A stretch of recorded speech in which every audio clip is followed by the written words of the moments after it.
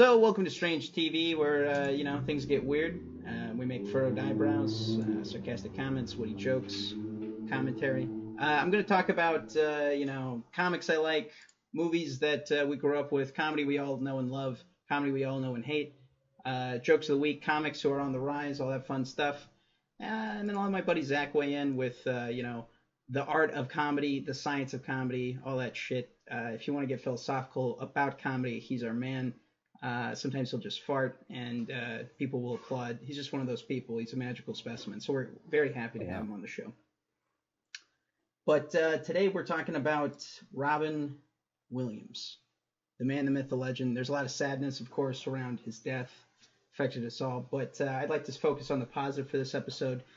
Robin was one of those guys for me, especially that you saw him and you're like, yeah, that's what comedy can be. It can go to that level of that eccentric, crazy madness, insanity. You know what I mean? Like at that level, he's painting with comedy. It's not just something it's not something he just rehearsed and planned or whatever. He got to a level where he could really paint with the colors of the wind, however you want to say it. He was in the zone. And I think that's comics like him, when you see him performing, even if you're not a comic, you can feel that energy and getting that level. And you're like, that's real. You can make it. You can get to that point. For me, he was one of those people that inspired me. Like, hey, this can be a very magical, awesome thing that anyone potentially could do. And so for me, that really kind of jump-started my whole love of comedy and entertainment and all that stuff. Obviously, he was in all those, Disney movies, Voice Aladdin, all that stuff. But also just like Hook, there's so many classics he was in. Oh, yeah. Miss Doubtfire, Mrs. Doubtfire. Oh, yeah, exactly. Inspired an entire generation, convinced an entire generation of young men it was okay to cross-dress. I mean, this guy was left and right a killer. He was just, comedy and drama. He got into the heavy shit. Dead Poet Society podcast. So yeah, Dead Poet Society, love that stuff. And even in the drama stuff, he brought out, I thought, a comedic element, which was, you don't get that from a lot of people. Well, I grew up watching Miss Doubtfire, and I think that's my favorite. I just rewatched it. It's on like Netflix, I think, or HBO or something like that. But Mrs. Doubtfire was like it was just such a, because the funniest part for me of that movie is when he's calling his ex-wife, to book maids, and because she wants to hire a maid because they get divorced or whatever, and he just goes into so many different voices, and like it's crazy, and his range is very large. So I think that's what it's some of my favorite memories of Robin Williams is that. Good Morning Vietnam is also great. Oh. That's Robin Williams. Yep. Yeah, that's what it was. Yep. Yeah, it's a great movie with him, and it's like drama and a comedy, and it's very good. So. Well, and I think that's again why I think I liked him so much is because he could, even in the dramatic roles, you felt like the warmth and energy. To me as a performer, there was so much he would put out there that was like additional, that you felt like added to the role. It made it more human. It filled in the gaps. He didn't just look at a script or a scene or a character and go, it's just, I'm going to read it one-dimensionally and make sure I hit that. Like a lot of actors, I'm just going to fill the void of what's needed for the director in the scene and all that. For him, he was like, living in it. He was having fun with it. And I think a lot of people don't look at it that way who do it. A lot of people, it's just a job, or it's just going through the motions, or it's all technical. And I think the people like him who go to that next step with it, whether it's acting or stand-up, when you see that and recognize it, you realize like, oh, it's not just like this is art that we're doing, but like you can reach like a genius level with it. And I think that's what he did that kind of like wowed everybody, whether it was taking on the serious or the comedic. But even in the really serious ones, I felt like, and maybe it's because you associate with him after so many roles as Mr. Comedy, but there's so many serious roles too where like I felt like he the comedic element kind of seeped through, and then it added like another dimension to it. Because I think in every Robin Williams movie, like with some actors, you're like, oh, they played this person in that movie. With Robin Williams, it's like, oh yeah, Robin Williams was in that movie, happened to play this character. Right. So I think that was, I don't know if that was intentional on his, or if he was just such a strong character in life just generally in life.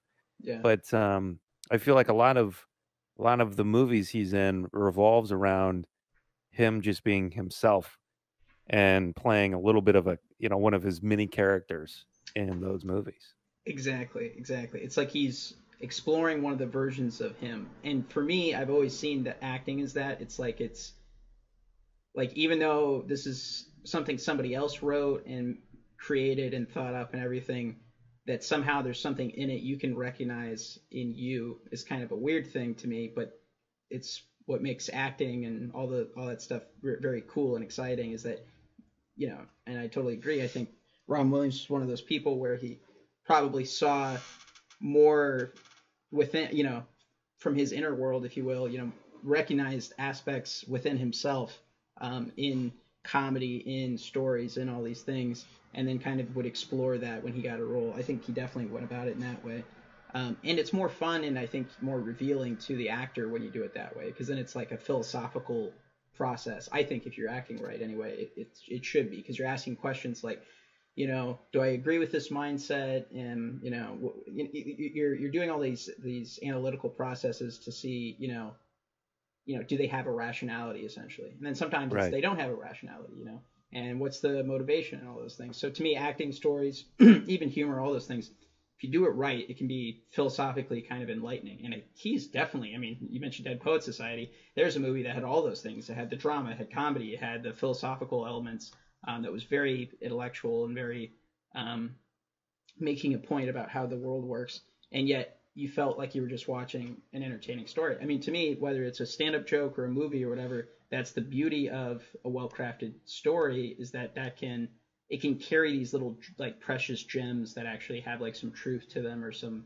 weight to them, some gravitas. And to me, that's very cool, but also like, hey, why is that the way that is? And I think he's just one of those people that was plugged into, um, like I've always called it archetypes, Hmm. like if you do stand up or if you do any kind of performance, I feel like everybody has like a number of characters inside their mind that they're thinking of and they're pulling from.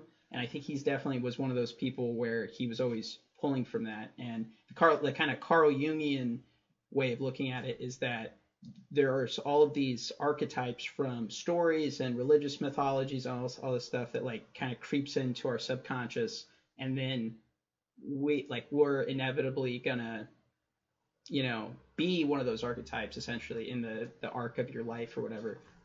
But then there's like guys like him that like I think could kind of like he had a higher intelligence with all those things and somehow could use that to like pull it into his work, like, oh, I've always had this idea of a crazy toothless madman who lives on the side of the road, and then all of a sudden one day he runs into a story or a funny moment to then use that character in that way. And even though it's insane and crazy and like what the fuck, it's what made him, you know, it was just part of his talent and his unique ability. So I've always been interested personally as somebody who's trying to act and do comedy and all these things, like where does that come from and how do you get better at it? But there's some people like him where it's just like this raw talent where they could somehow like it's like they had an extra sixth sense and like just plug into like the weird ideas that were like right outside of the reach, to normal Oh, people. right.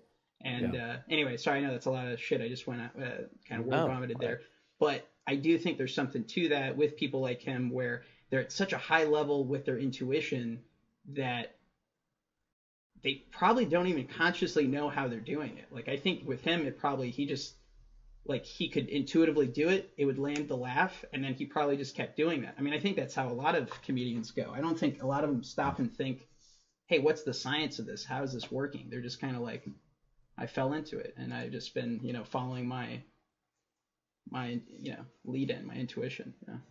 Well, I think that's kind of a general like genre of comedy and comedians is I think there's two broad categories of like the analytical comedian and the spontaneous comedian, right? And I think Yeah. that Robin Williams falls more on the spontaneous side because he did so many things. He was just so Mm-hmm. fast paced, and when he did something that was hilarious, which was a lot, it was like you had to think about, was that intentional or was he like playing out of the moment?